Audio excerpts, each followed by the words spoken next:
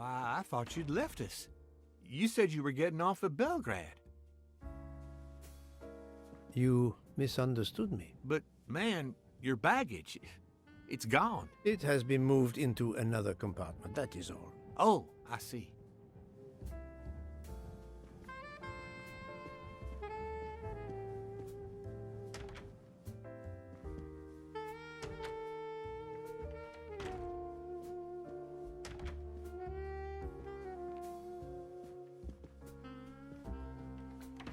I wish you a good night, Monsieur Poirot.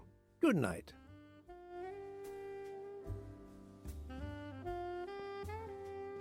I hope you'll sleep well and that your head will be better in the morning. It is just a cold. I'm now making myself a cup of tea. I hope it'll warm you up. I hope so.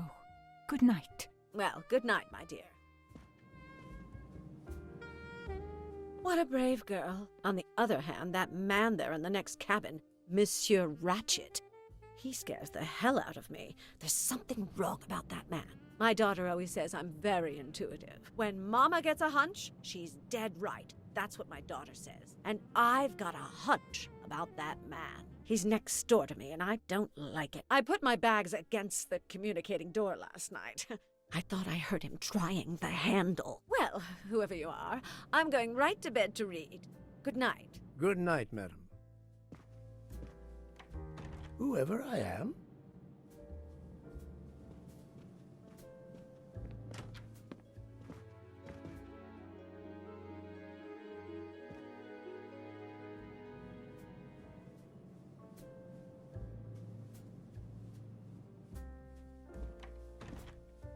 Monsieur Ratchet seems very upset.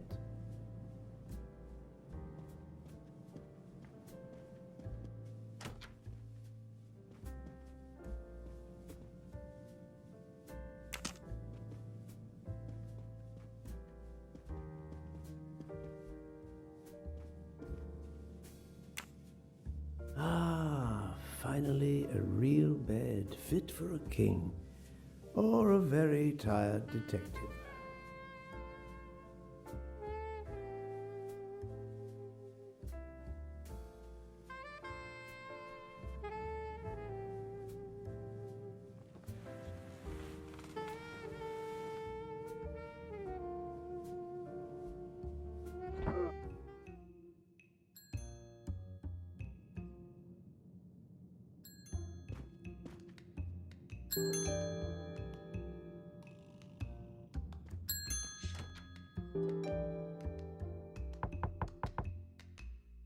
Monsieur Ratchet?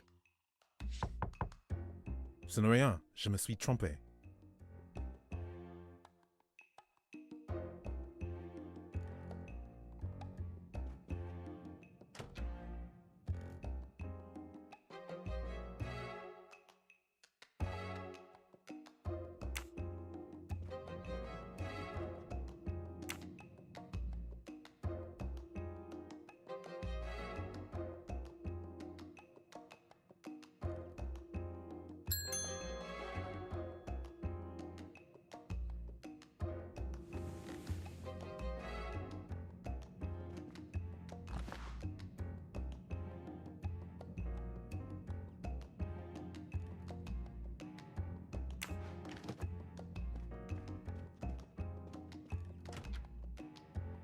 Good night, madame.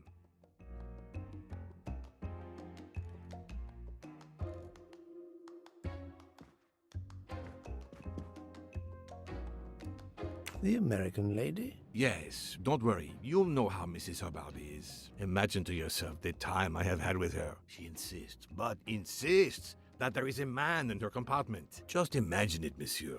In a space of this size, where would he conceal himself? I argue with her. I point out that it is impossible. She insists. She woke up and there was a man there. And how, I ask, did he get out and leave the door bolted behind him? But she will not listen to reason. That one does not leave time to listen. The train has stopped, Mr. Michel? We have run into a snowdrift. Heaven knows how long we shall be here. I remember once being snowed in for 7 days. Where are we? Between Vinkovsky and Brod. Oh la la. It's time for me to go back to bed. I wish you a good night, monsieur. Or what is left of it.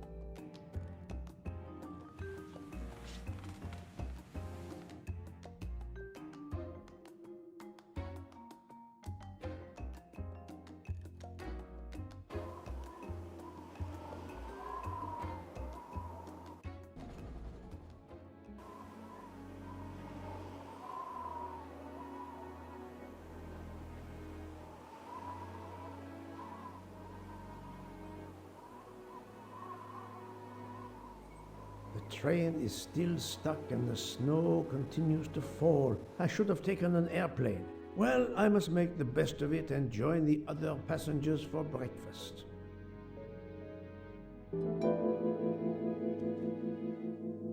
The train still hasn't left.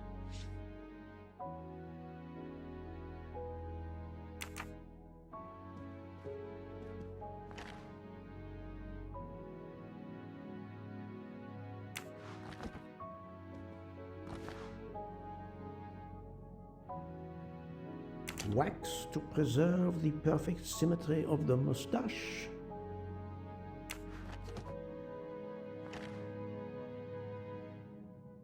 The finest of curling irons for the moustache.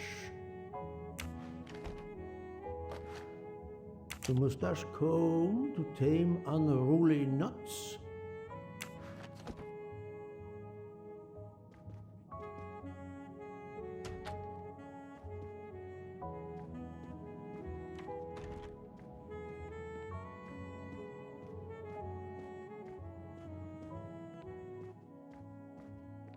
Good morning, Monsieur Michel. Good morning, sir. Please enjoy our special breakfast in our restaurant.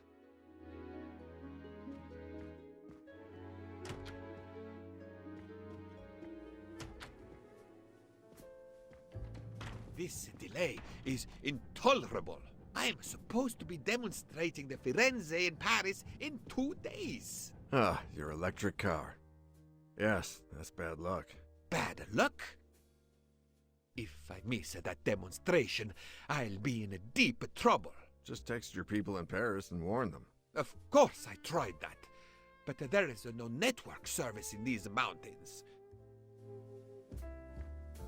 My daughter said it would be the easiest way in the world. Just sit on the train until I got to Paris. And now we may be here for days, and my boat sails the day after tomorrow. How am I going to catch it now?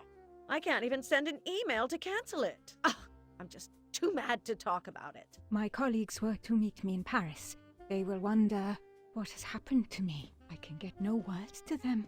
What will they think? We have refugees to help.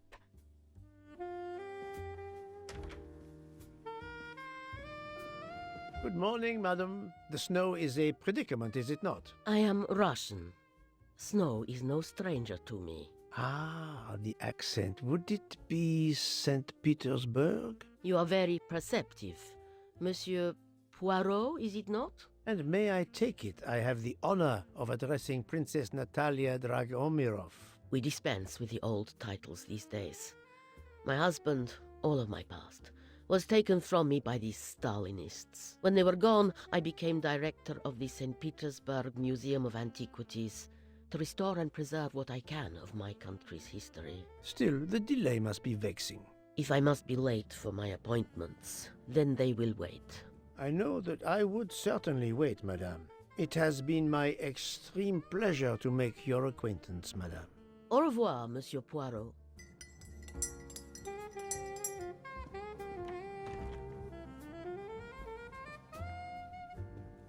A beautiful piano, what a luxury. Pity there's no one to play it. Mademoiselle, you are not concerned about the train stopping? What can one do? Indeed, this does not make the train move. You have great strength to remain calm at a time like this. I know one far, far stronger than I. And that is? Well, that old lady, for instance. You have probably noticed her. She just has to lift her little finger and ask for something in a polite voice, and the whole train runs. It runs also for my friend Monsieur Bouc, but that is because he is a director of the line, not because he has a masterful character. You don't have to have a strong will when you have power. But I suspect I did not need to tell you that, Mr. Poirot.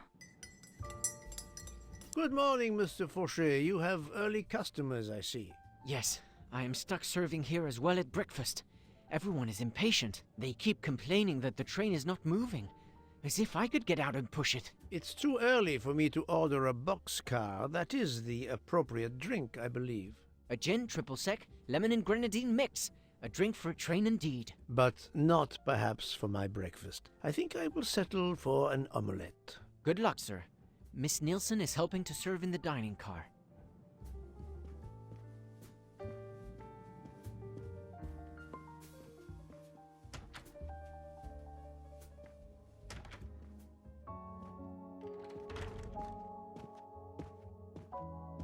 How long are we expected to be stranded here? It won't do much good complaining to me. That fellow there with the moustache, he may know something. Excusez-moi, sir. Yes? Monsieur Bouc asks for you to join him in compartment 203. Look here, Poirot. Can you tell us anything? I can tell you the snow, it will not move aside on its own. Of course, but you obviously have some influence with Bouc. I am going to see him now. I will ask him if he has any information.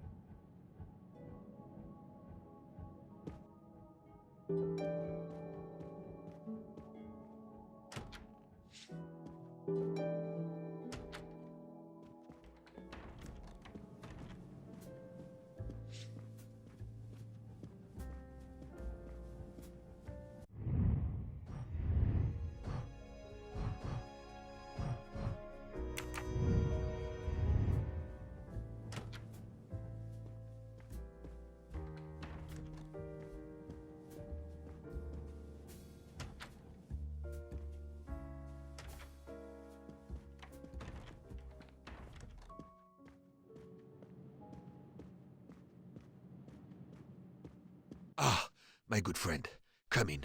We have need of you. What has occurred? A passenger lies dead in his bed, stabbed. A passenger? Which passenger? In there. He's an American, a man called Ratchet. It was his valet masterman who was worried that Mr. Ratchet was not awake yet. Pierre Michel, the conductor, decided to break in and found the body. I see. Well, my friend, I think it is best not to touch anything and wait for the police to arrive. Oh, I tried to call the police, but there is no cell tower for many kilometers. We could be stuck in the snow for hours. The murderer is with us. On the train, now! The sooner we catch him, the sooner we'll be out of danger. Dr. Constantine is already examining the body. Mon ami, this is not a missing train ticket. We must follow procedure. We must wait for the police to secure the crime scene. Please, Poirot. I will take full responsibility. Book, you ask. Well, if we cannot contact the outside world, then... Oh, you are going to drive me crazy. In truth, this problem intrigues me. I was reflecting not half an hour ago that many hours of boredom lay ahead whilst we are stuck here. And now, a problem lies ready to my hand. You accept, then? C'est entendu. You place the matter in my hands.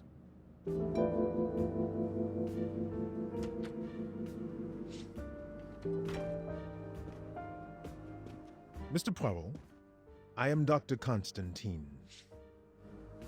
Forgive me, Doctor. You are a medical examiner? No, but I have assisted in post-mortems at Nairobi Hospital, where I am a teaching fellow. I am familiar with your excellent institution. I do not intend to perform a full autopsy, but a preliminary examination should be of some use. Of course. May I have a look? Then we can compare notes. Please, if you need any help, I won't be far away.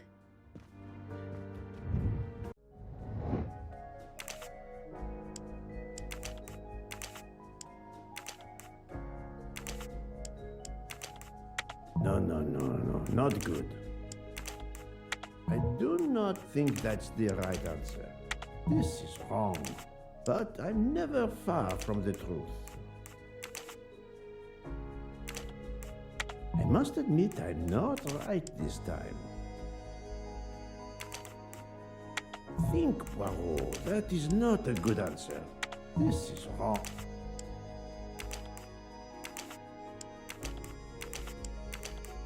I do not think... No.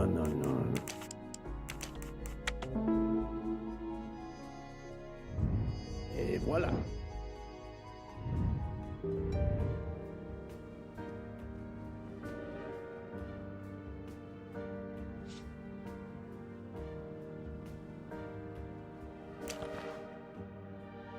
This phone was deliberately smashed.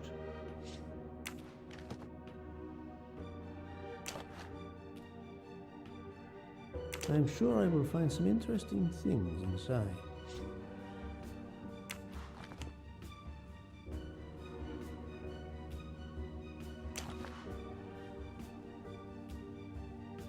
Did it belong to Ratchet? I'll take photos.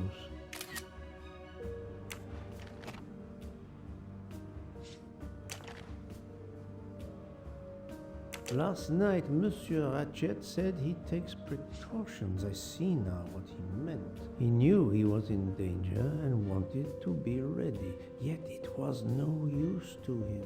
I will leave it here for the police.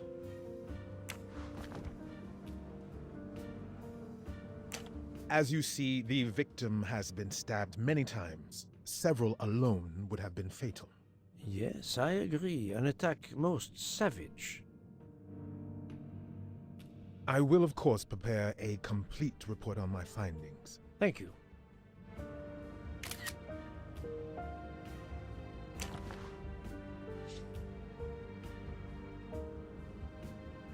The watch is broken. The hands are stopped at 1:15 a.m.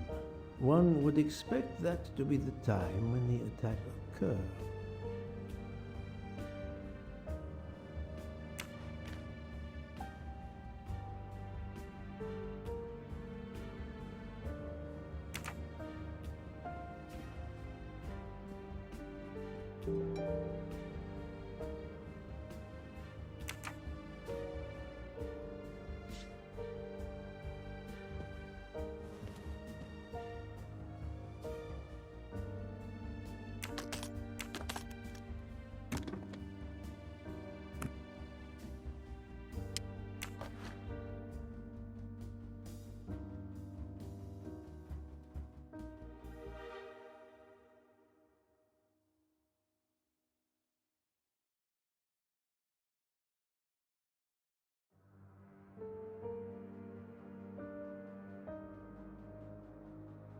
Not exactly the reading material one would expect of a man like Ratchet.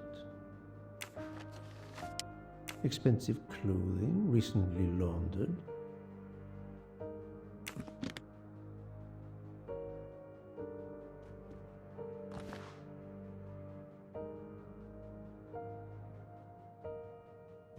A box of sleeping pills.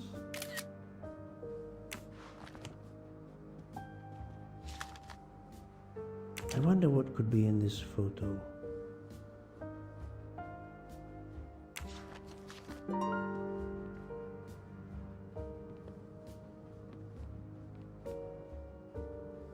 Where can the killer have gone? This door communicates with compartment 204.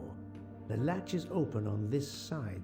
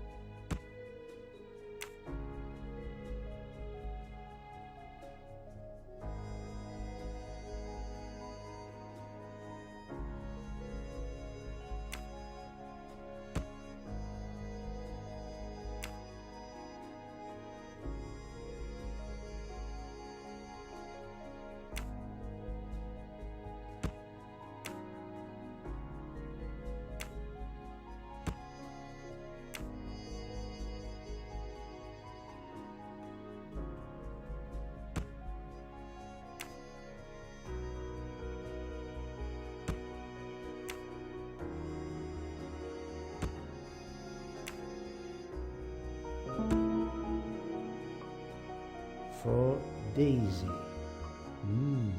Interesting. My little gray cells did not let me down.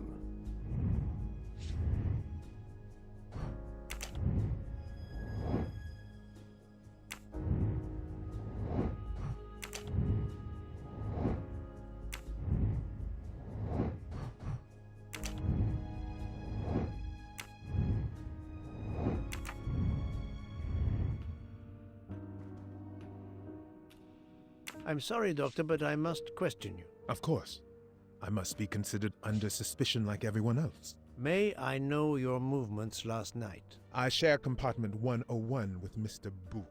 He would not stop talking about his beloved train. I listened to him for hours talking about his Orient Express. My friend Book will no doubt confirm this. Did you know the victim? Not at all. I noticed him last night at dinner, but I did not pay much attention.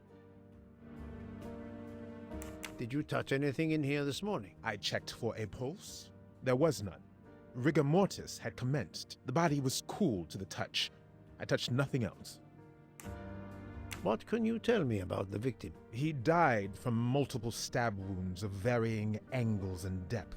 More than one would have been fatal. I would place the time of death roughly between midnight and 2 a.m. With more time, I hope I can be more precise. I assume the open window complicates matters. Indeed. Conditions are not perfect. Thank you for your help, Doctor.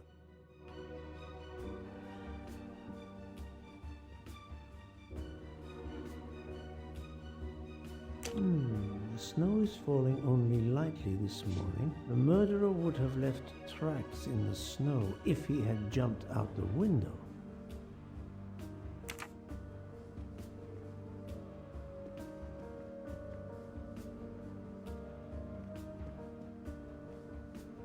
The chain lock is broken. Monsieur Michel told me that he broke the chain on the door to get into the room.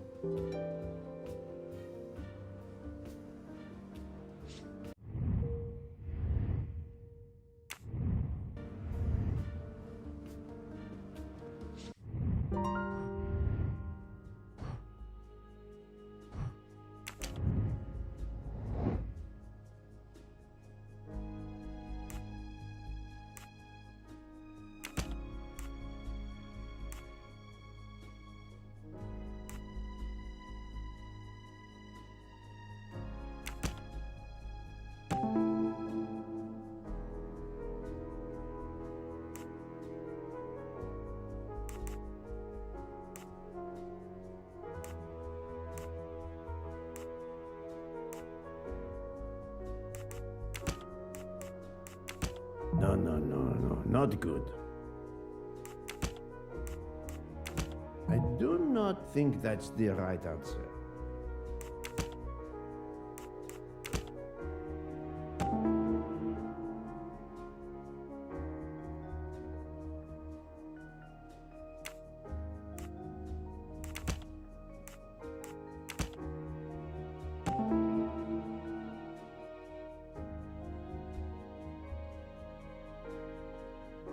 So, the murderer must have exited through Madame Hubbard's room. Et voilà.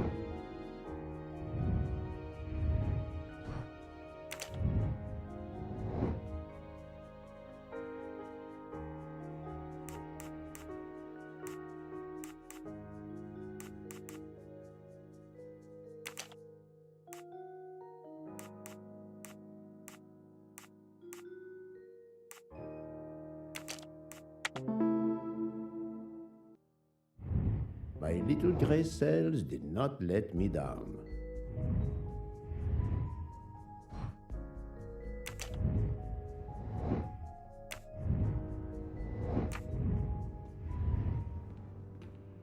This door communicates.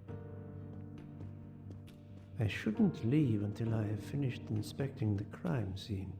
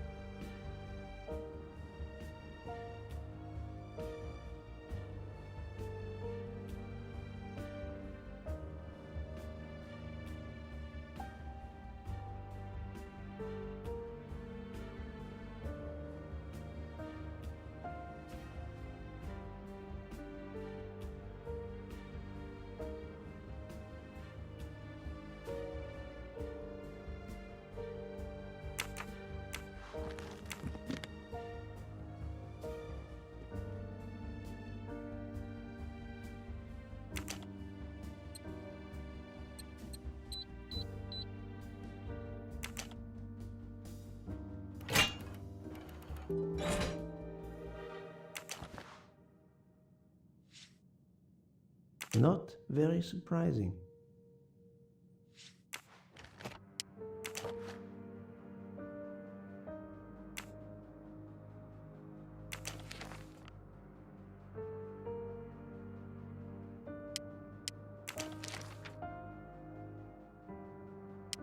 Ratchet had an appointment he will never keep.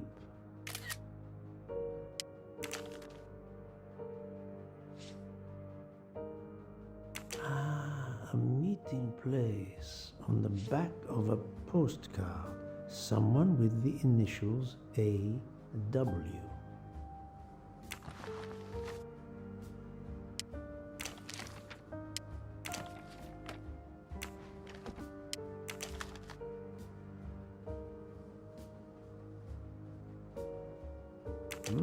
Unusual letter, this.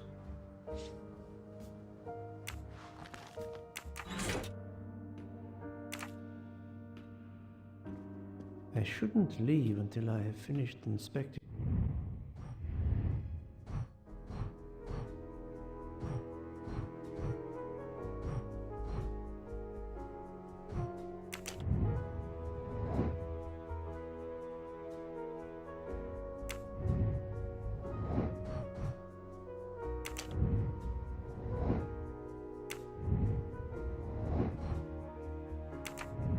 The crime scene.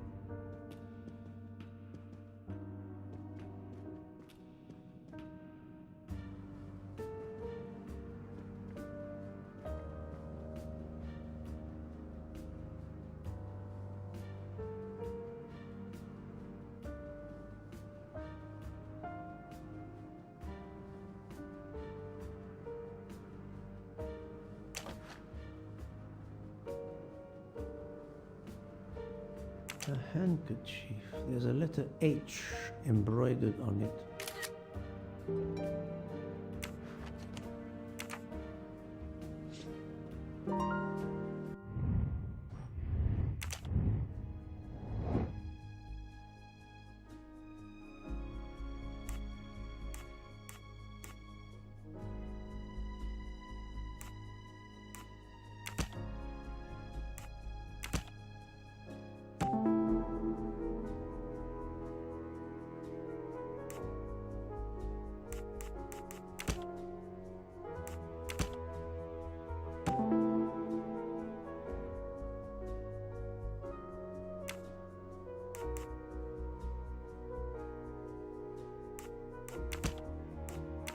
This is wrong, but I'm never far from the truth. No, not good.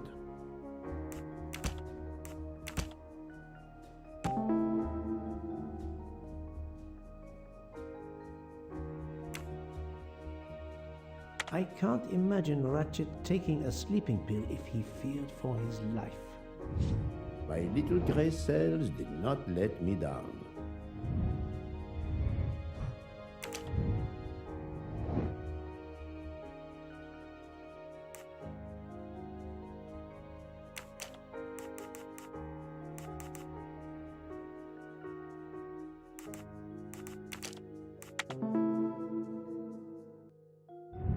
I'm right again. That happens to me a lot.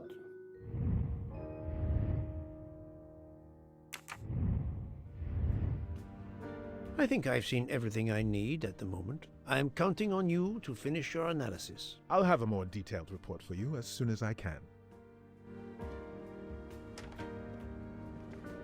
So, Poirot, did you find anything out? It's a bit early for the handcuffs, my friend. Even for Hercule Poirot. Do not worry, mon ami. I believe our culprit has no plans to strike again. Monsieur Ratchet was the target. Of that I am convinced. Tell me, Book, how did you spend last night? This is a joke, I hope. Don't you trust your old friend? My friend, calm yourself. I must hear your story in order to corroborate other accounts. Ah, naturally. Let me see. I went to my compartment after dinner. Dr. Constantine was already there. We talked about his career. He's a Cambridge man, you know. After university, he returned to his country and has done much good there. He was so interested in the Orient Express. I told him all the anecdotes I know. I'm not certain when we fell asleep, but it was very late. Here is what I have found out. Monsieur Ratchet was stabbed many times. I also found threatening letters in his safe. He had a loaded gun under his pillow, so he was on guard, ready to defend himself. However, there was an empty glass with white residue at the bottom. I suspect a barbiturate. Perhaps he was forced to take it. In any case, I am certain he was unconscious, unable to defend himself. I also found several other items at the crime scene, possibly related to the murder. They must be investigated. By all means, Poirot. As fast as you can. I also found liquid for an electronic cigarette, but I could not find a vape. This might belong to the murderer. This criminal is an amateur. I need a list of the passengers with their compartment numbers. Pierre Michel will have it. I must interview the rest of the passengers and the staff. I'll be in the bar car if you need me. We are hours late. Soon I hope help will arrive.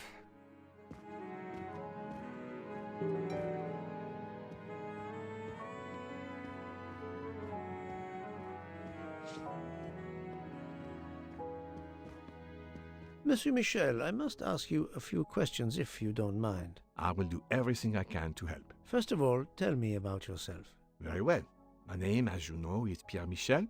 I am from Calais. I've been with the company for over 15 years. Thank you.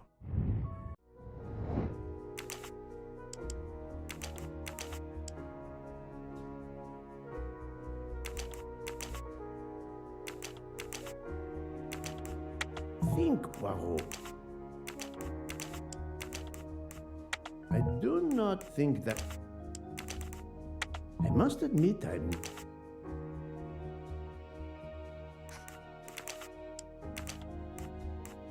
Think, Poirot.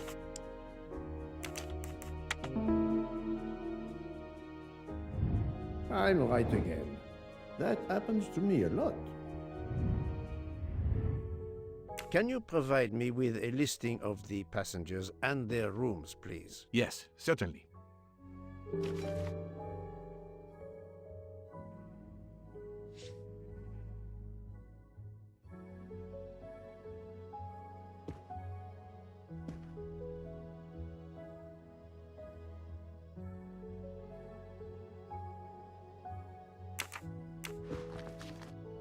Are you a smoker?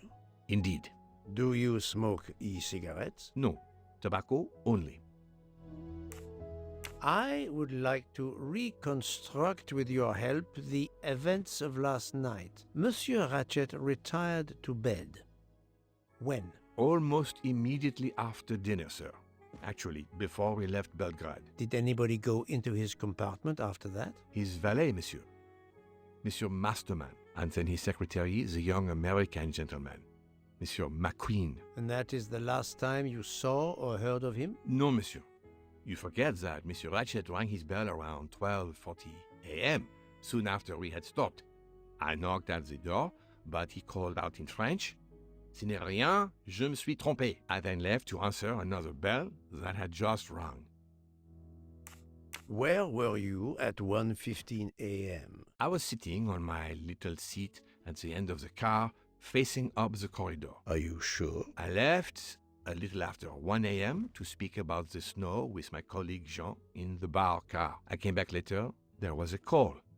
I remember speaking to you. Indeed, I remember. Carry on. It was the American lady, Madame Hubbard. She thought she saw a man in her compartment. Then, around 1:50 a.m., I made the bed for Monsieur Ratchet's secretary, Monsieur McQueen. He had spent the evening talking with the English Captain Arbuthnot. At 2 a.m., I returned to my place and stayed there until dawn. What is the last station where we stopped? Vinkovsky. Could someone have come on board? Possibly. I was very busy. Owing to the weather, we were a few minutes late. We left at 12:10 a.m.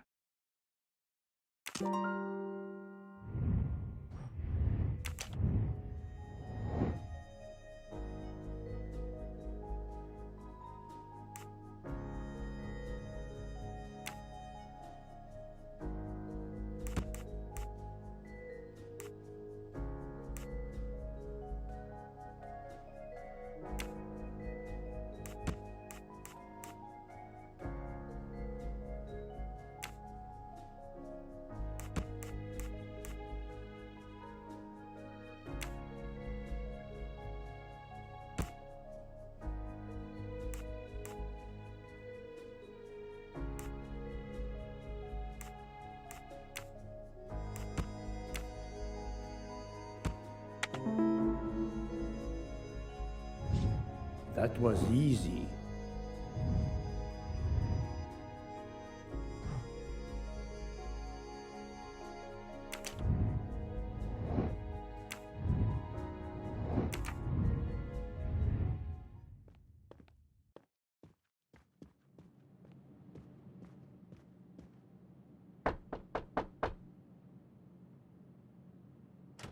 Good morning, madam. I am Hercule Poirot. Caroline Hubbard. What can I do for you, Mr. Poirot? I am the bearer of unfortunate news. It's obvious with all the commotion that something has happened. Madame Hubbard, I am afraid your neighbor, Monsieur Ratchet, was murdered last night. Oh my God! I knew it! I knew it! I would like to ask you some questions, but first, may I inspect your room? Of course, yes, you must.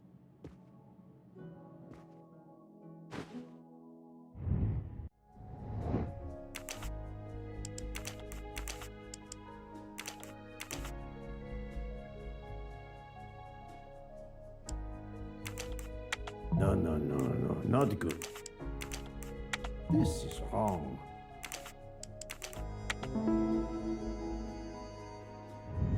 That's the right answer.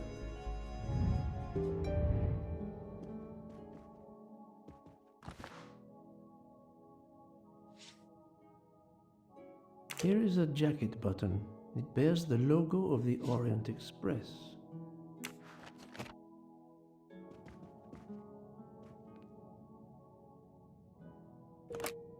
This door connects to Monsieur Ratchet's compartment. It was latched on this side. The luxury of the Orient Express is present in every detail.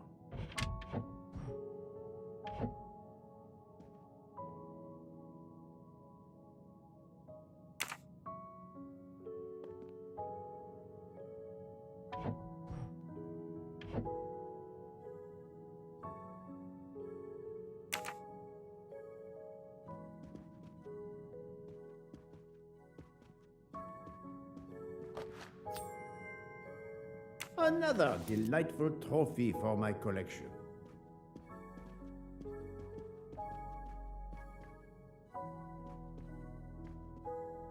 Madame, please tell me about last night. The murderer was right here in my compartment. I woke up. All in the dark it was. I was just so scared I couldn't scream.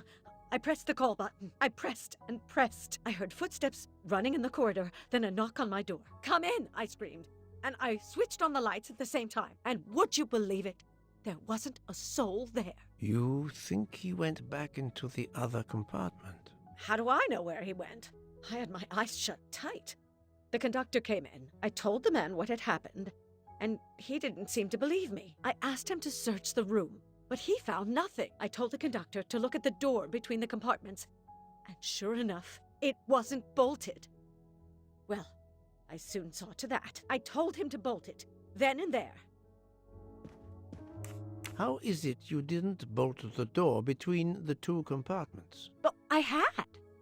Well, as a matter of fact, I asked that Swedish lady, Olsen, Greta, if it was bolted, and she said it was. How was it you could not see for yourself? I was already in bed, and my toiletry bag was hanging on the hook of the door. I couldn't see the latch from where I was. What time was it when you asked her to do this for you? Oh, it must have been around 10:30 or 10:45 p.m. She'd come along to see if I had an aspirin. But instead of opening my door, she opened Mr. Ratchet's door by mistake. He said something quite rude, like, "Not a chance, lady, you're too old." It shocked her. She came in. I told her where to find the aspirin, and she got it out of my toiletry bag. Poor girl, she didn't have a good night. The same could be said for Monsieur Ratchet. It appears Mademoiselle Olsen may be the last person to see Ratchet alive.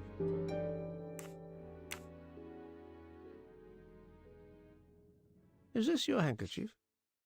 No, not at all. Yet it is embroidered with an initial H, like your name. I don't care. It's not mine, and I would certainly never buy something so impractical as that frilly thing.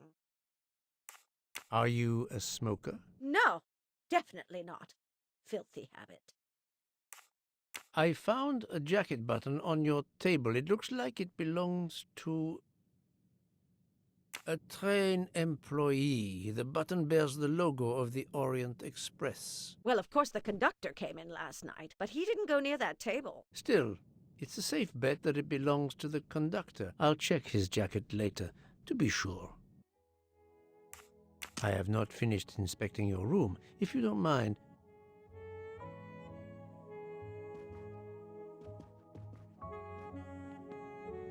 let's see if Mrs. Hubbard was telling the truth about the latch of the connecting door.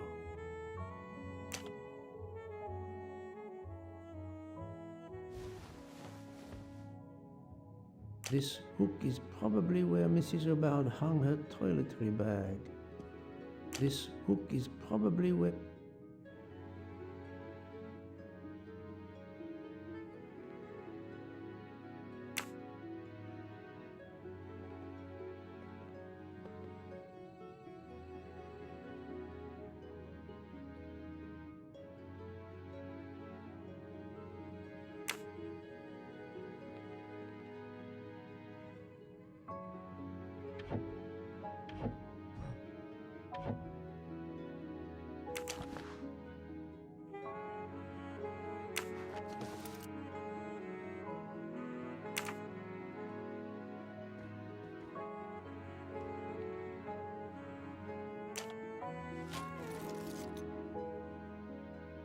I can see the latch very well from here, even with the toiletry bag attached. I'll have to clear that up with Mrs. Hubbard.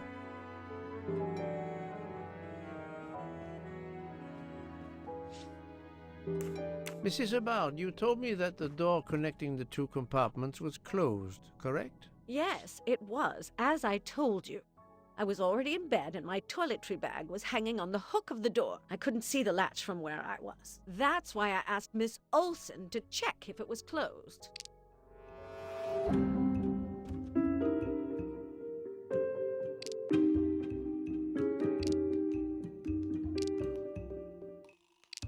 Are you sure everything you've told me is accurate, Madame Hubbard? Of course. I have an excellent memory. Mrs. Hubbard, I tested putting your toiletry bag on the door hook as you told me. From your bed, you can easily see the latch on the door. The toiletry bag does not hide the latch at all. Are you saying I'm lying? It may have been stuck somehow in a different position, or I may not have seen it in the darkness. Or I didn't think to look, you irritating man. Details matter, madame. A man has been most savagely murdered. You will excuse me if I attempt to separate the truth from the false. Forget my toiletry bag and focus on who entered my compartment. Probably after killing Mr. Ratchet. Madame Hubbard is a force to be reckoned with, but I suspect I'm not done with her. Thank you for your assistance, madame.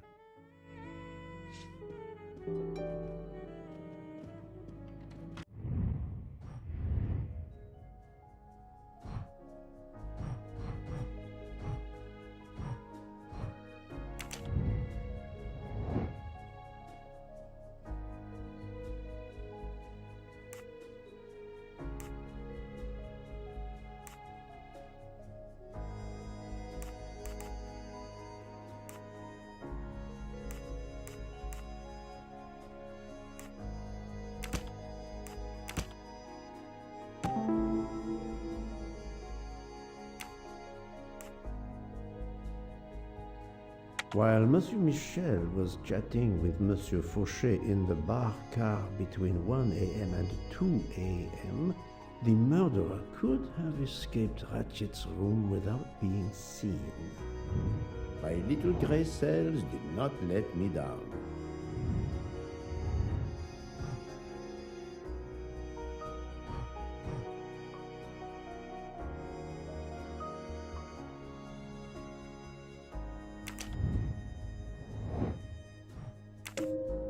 This appears to be a good lead.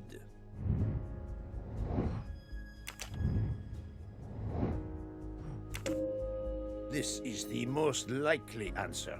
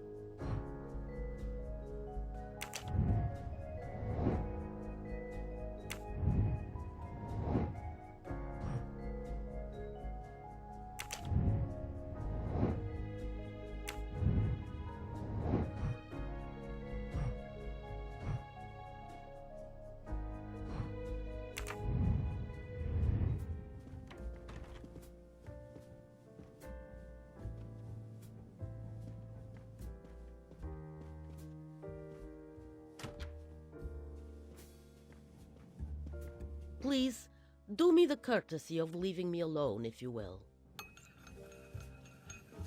So, Poirot, I hope you are progressing in your investigation. I have not finished yet, but it is progressing, yes. I still have many questions that must be answered. I will report to you as soon as I can.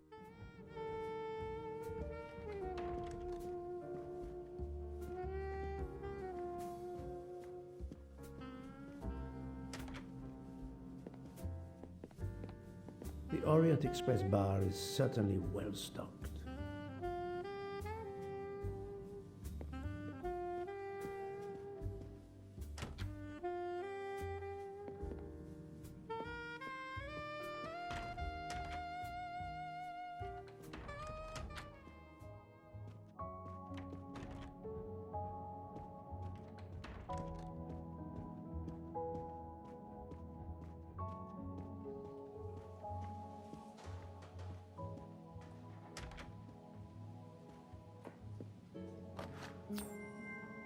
Come to Poirot, my exquisitely sculpted friend.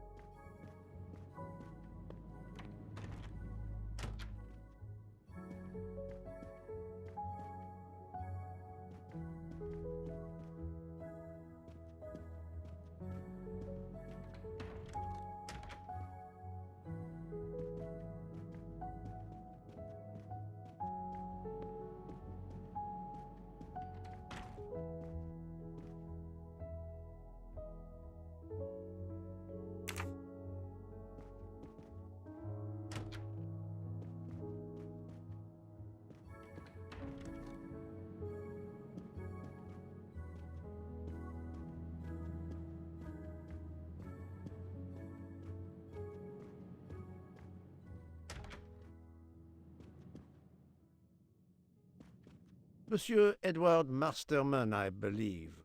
May I ask you some questions? I can barely talk.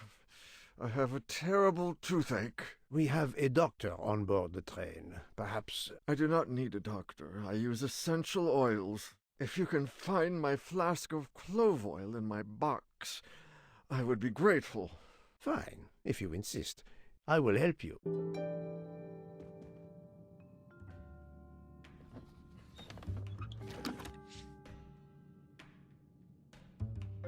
By the smell, I think that the jojoba oil spilled on the other bottles, leaving their labels illegible. I must find another way to find which one is Masterman's toothache remedy. The weighing scale is soaked in jojoba oil. It's unusable. Ah, this old scale will do the job.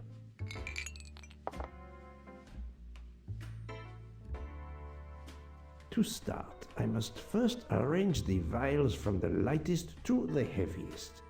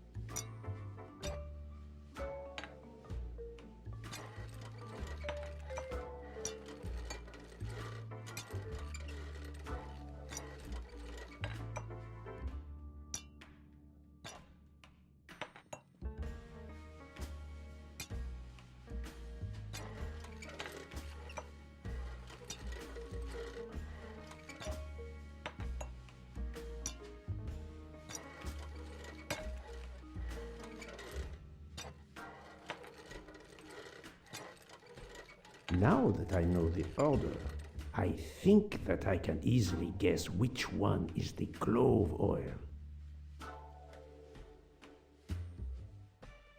Here is Monsieur Masterman's remedy.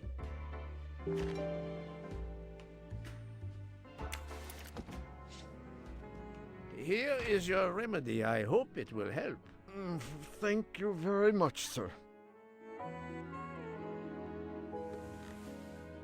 Ah, well, I can finally speak without too much pain. I'm ready to answer your questions. You are Monsieur Ratchet's valet? Yes, sir, that is correct. Were you told that your employer was murdered? Yes, sir. A very shocking occurrence.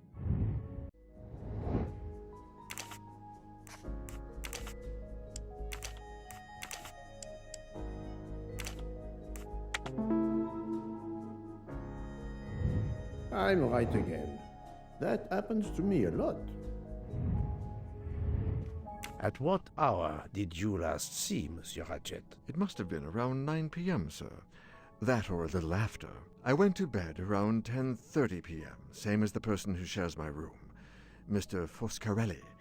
He almost immediately began snoring. What did you do then?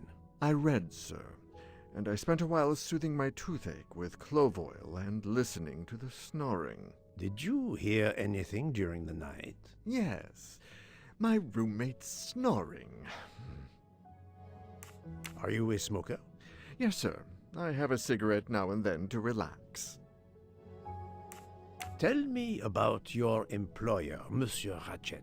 I've been working for him for 9 months. I should not wish to speak ill of the dead, but he was not a gentleman, sir. Did you know that he had enemies? Yes, sir. I heard him discussing some threatening letters, sir, with Mr. McQueen. Did he mention these letters to you? He had been reading a letter when I came in.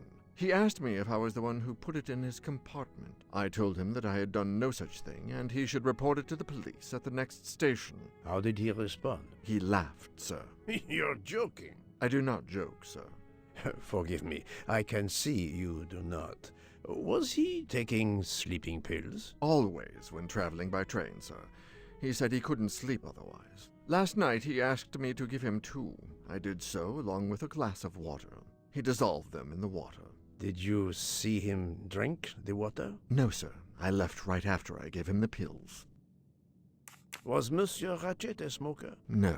He finds smokers disgusting. Can you tell me again why you gave sleeping pills to Monsieur Ratchet? Yes, I gave him the pills because when he takes the train, he has trouble sleeping. The letter must have worried him. He specifically asked me to prepare the sleeping pills. I didn't see him drink the water with the pills in it.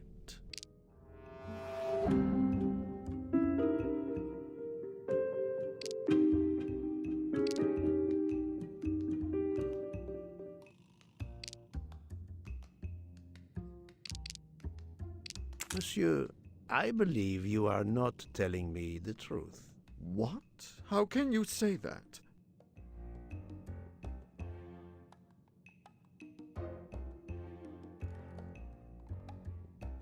He received threatening letters. One, it seems, last night. Did you know he had a gun under his pillow? And even asked for my help to watch over him? I find it strange that he asked you for sleeping pills when he was afraid for his life and prepared to defend himself. I'm sure I don't know. Maybe to calm his nerves, maybe out of habit. It makes no sense. Wait, please. Isn't it possible that Mr. Ratchet asked me to prepare the pills, but didn't plan to drink them for some reason? It is possible. But I am a student of character, monsieur, and the Monsieur Ratchet you describe is not the man I met. If you'll excuse me, my toothache is getting worse again. I'm afraid this time you must prepare your own clove oil.